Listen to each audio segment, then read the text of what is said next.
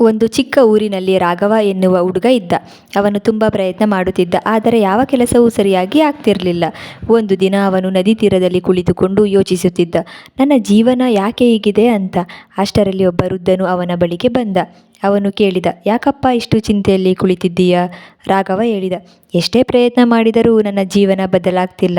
ಅದಕ್ಕೆ ವೃದ್ಧನು ನಗುತ್ತಾ ಹೇಳಿದರು, ನೀನು ಯಾವಾಗಲಾದರೂ ನಿನ್ನ ದೃಷ್ಟಿ ಬದಲಿಸಿ ನೋಡಿದ್ದೀಯಾ? ರಾಘವ ಆಶ್ಚರ್ಯದಿಂದ ನೋಡಿದ. ವೃದ್ಧನು ನದಿಯತ್ತ ತೋರಿಸಿ ಹೇಳಿದರು, ಈ ನದಿಯನ್ನು ನೋಡು. ನೀನು ಇದನ್ನು ಭಯದಿಂದ ನೋಡಿದರೆ ಇದು ಅಪಾಯ, ಆದರೆ ಧೈರ್ಯದಿಂದ ನೋಡಿದರೆ ಇದು ಅವಕಾಶ. ದೃಷ್ಟಿ ಬದಲಿಸಿ ನೋಡು, ದೃಶ್ಯವೇ ಬದಲಾಗುತ್ತದೆ. ರಾಘವನ ಮನಸ್ಸಿನಲ್ಲಿ ಒಂದು ಹೊಸ ಬೆಳಕು ಹೊಳೆದಿತ್ತು. ಸ್ವಲ್ಪ ಹೊತ್ತಿನ ನಂತರ ವೃದ್ಧನು ಮತ್ತೆ ಹೇಳಿದರು, ನಿನ್ನ ದಿನ ಹೇಗೆ ಆರಂಭವಾಗುತ್ತದೆ? ರಾಘವ ಹೇಳಿದ, ತಡವಾಗಿ ಎದ್ದೇಳ್ತೀನಿ, ದಿನವನ್ನು ವ್ಯರ್ಥ ಮಾಡ್ತೀನಿ. ವೃದ್ಧನು ನಗುತ್ತಾ ಹೇಳಿದರು, ಹವ್ಯಾಸ ಬದಲಿಸಿ ನೋಡು, ಹಣೆಬರಹವೇ ಬದಲಾಗುತ್ತದೆ.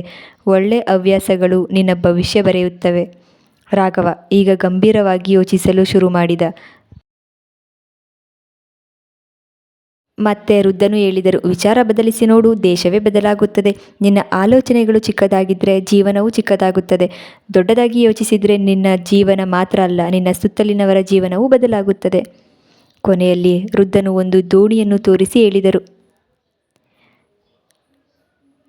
ನೀನು ನದಿಯನ್ನು ದಾಟಬೇಕಾದ್ರೆ ದೋಣಿ ಬದಲಾಯಿಸಬೇಕೆಂದಿಲ್ಲ, ದಿಕ್ಕು ಬದಲಿಸಿದರೆ ಸಾಕು, ನೀ ಸೇರುವ ದಡ ಸಿಗುತ್ತದೆ. ಆ ದಿನದಿಂದ ರಾಘವ ತನ್ನ ದೃಷ್ಟಿ ಬದಲಿಸಿದ, ಒಳ್ಳೆಯ ಹವ್ಯಾಸಗಳನ್ನು ಬೆಳೆಸಿದ, ದೊಡ್ಡ ಕನಸು ಕಾಣಲು ಶುರು ಮಾಡಿದ. ಕೆಲವು ತಿಂಗಳ ನಂತರ ಅವನ ಜೀವನ ಸಂಪೂರ್ಣ ಬದಲಾಗಿತ್ತು. ಅವನು ಅರಿತುಕೊಂಡ ಸತ್ಯ ಏನು ಅಂದರೆ, ಜೀವನ ಬದಲಿಸೋಕೆ ಜಗತ್ತನ್ನು ಬದಲಾಯಿಸಬೇಕಾಗಿಲ್ಲ, ನಿನ್ನನ್ನೇ ಬದಲಿಸಬೇಕು.